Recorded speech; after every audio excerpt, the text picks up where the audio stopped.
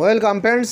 Pension প্রকল্প নিয়ে বিজ্ঞপ্তি জারি করলো সরকার। কারা এই পেনশন প্রকল্পের আন্ডারে থাকবেন, কি কি সুবিধা পাবেন, অবশ্যই জানতে ভিডিওটি দেখুন। চ্যানেল সাবস্ক্রাইব করুন, জনস্বার্থে ভিডিওটি বেশি বেশি করে শেয়ার করুন। দেখুন কি বলা হচ্ছে, নতুন পেনশন প্রকল্প জারি বিজ্ঞপ্তি। আগামী 1 এপ্রিল থেকেই কেন্দ্রীয় সরকারের কর্মীদের জন্য চালু হচ্ছে নতুন পেনশন প্রকল্প ইউনিফাইড পেনশন স্কিম। সেটি কিভাবে পরিচালিত হবে, বৃহস্পতিবার তার নিয়ম সংক্রান্ত বিজ্ঞপ্তি জারি করল পেনশন তহবিল নিয়ন্ত্রণ ও উন্নয়ন কর্তৃপক্ষ PFRDA। ইউপিএস চালু হলেও পুরনো পেনশন প্রকল্প এনপিএস উঠে যাচ্ছে না। দুটির মধ্যে যে কোনো একটি তে থাকা যাবে। কোনটিতে থাকবেন তা নির্ভর করবে কর্মীর ওপর। PFRDA জানিয়েছেন, ইউপিএসে পেনশনের পরিমাণ নিশ্চিত করা হয়েছে। কর্মী তার অবসরের আগে 12 মাসের মূল বেতনের গড় হিসাবে যা দাঁড়াবে তার 50% পেনশন হিসাবে মাসে মাসে পাবেন।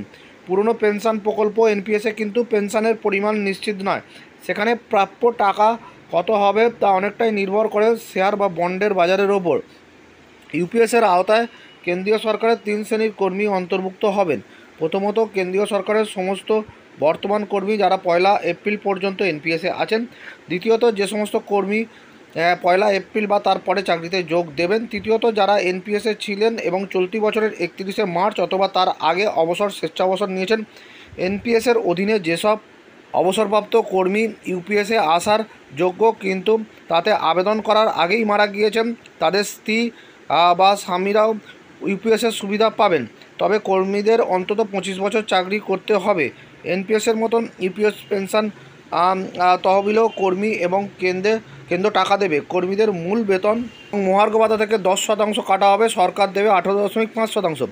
প্রকল্পে নাম লেখাতে এবং পেনশন দাবির আবেদন অনলাইনে করা যাবে 1 এপ্রিল থেকে। ওয়েবসাইট www.npscra.nsdl.co.in জানিয়েছেন PFRDA।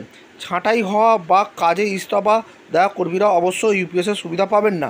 তাহলে দেখলেন, কেন্দ্রীয় সরকারি কর্মীদের জন্য যে নতুন পেনশন প্রকল্প আনা হয়েছে, ইউনিফাইড পেনশন স্কিম ইউপিএস, অর্থাৎ এনপিএস এমপ্লয়ি যারা আছেন, নিউ পেনশন স্কিমে আছে যারা কেন্দ্রীয় কর্মীরা, তারা কিন্তু এই অপশান নিতে পারবেন।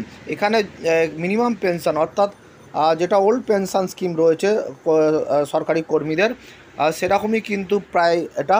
এখানে কিন্তু লাস্ট যে 12 মাসের বেসিক তার অ্যাভারেজ করে অর্ধেক করা হবে, করে কিন্তু পেনশন দেওয়া হবে। ধন্যবাদ।